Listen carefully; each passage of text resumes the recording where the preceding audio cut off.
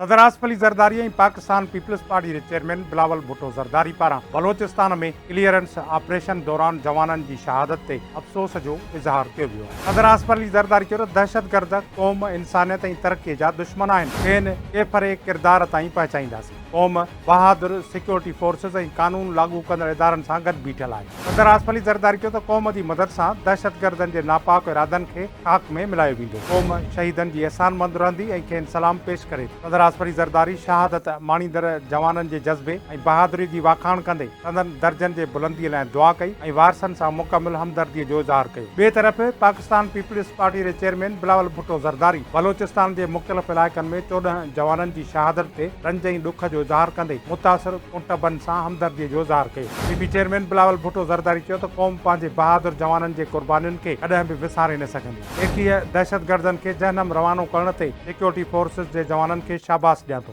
बिलावल भुट्टो ज़रदारी चयो त दहशतगर्द लिकी केतिरा बि वार कनि पर असांजे जवाननि जा हौसला सदाईं बुलंद रहंदा। दहशतगर्दीअ ख़िलाफ़ जंग में असांजे जवाननि जूं क़ुर्बानियूं लाज़वाल आहिनि। शहीद जवाननि पंहिंजो अॼु असांजे बहितर मुस्तक़बिल लाइ क़ुर्बान करे छॾियो। पीपल्स पार्टी जे चेयरमैन चयो त मुल्क ऐं क़ौम जी हिफ़ाज़त लाइ जानियूं ॾींदड़ असांजो फ़ख़्रु आहे। मां ऐं मुंहिंजी पार्टी हिकु भेरो ॿीहर दहशतगर्दनि खे शिकस्त ॾियण जो अज़म वरजाए थी। बिलावल भुट्टो ज़रदारी चयो त शहीदनि जे क़ुर्बानियुनि खे सदाईं यादि रखियो वेंदो। दहशतगर्दीअ जे ख़िलाफ़ जंग खे जारी रखियो वेंदो। शहीदनि खे अज़ीम क़ुर्बानियूं पेश करण ते सलाम पेश करियूं था।